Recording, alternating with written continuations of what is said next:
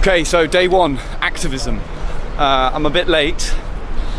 I was up 4 o'clock because of baby, and so I'm just trying to now find the Extinction Rebellion groups. I don't really know what I'm going to find, to be honest. It could be 10 people, could be 100.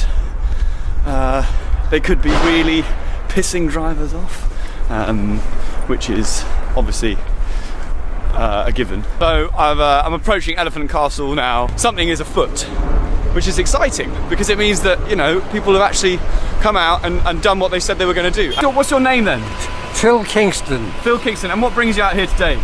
Well, I'm part of the Rebellion Extinction concern. I got 4 grandchildren, hugely upset and disturbed about their futures. So more students have turned up now. So there's obviously some local universities here, and they're on their lunch break, perhaps. Or I spoke to one of them and said they do photography. So if anything, like my university, they don't have that many contact hours, I bet. So enough time on your hands to come and do a bit of activism. And one thing that's striking me here today is the kind of tone of the whole thing. It's very friendly. It's purposeful, but it's not in your face. And it's not aggressive.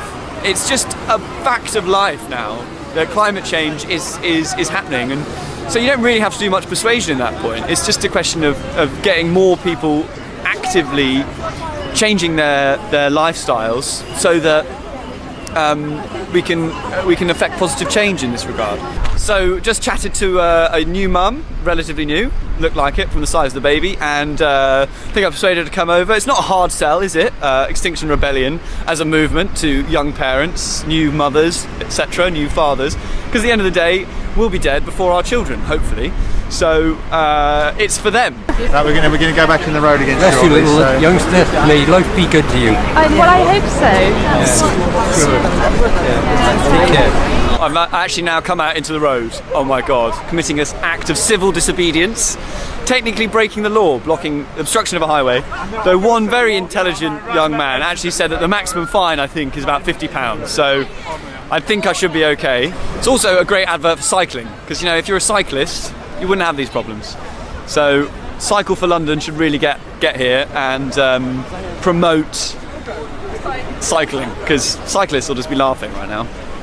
Part of the tactic is that they go onto the road, block it for about 7 minutes, and then come off and let the front drivers go, so that there is a kind of flow to the traffic, even though I saw earlier when I was walking in, it does really have a massive impact. So I don't know what the government are going to do about this, because this can't, you know, they've got to take action essentially, and this is what the group's all about. It's about trying to make the government take action.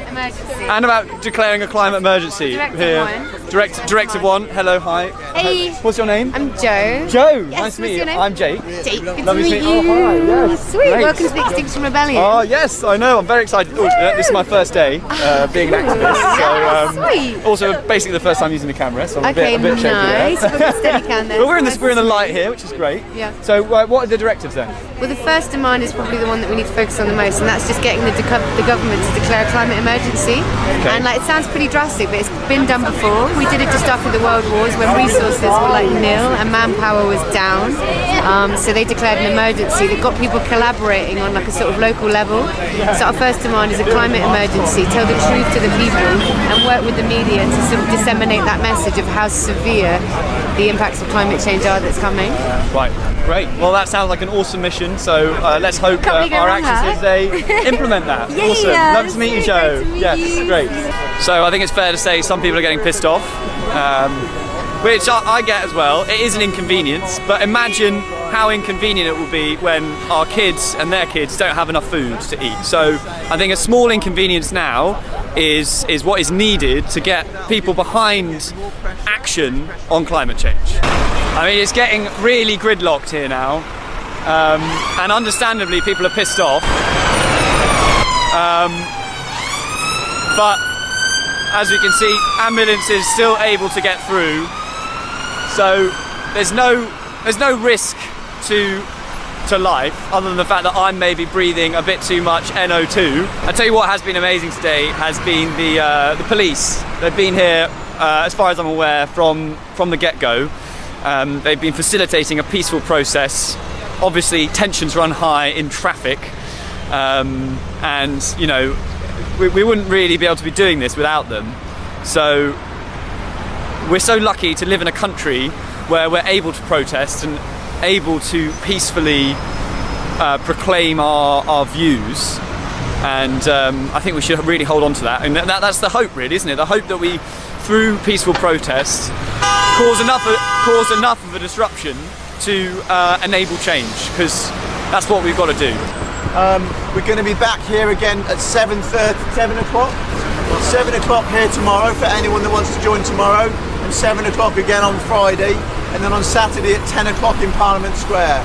So please come and give us your contact if you haven't got it. But thank you so much, everyone. Yeah.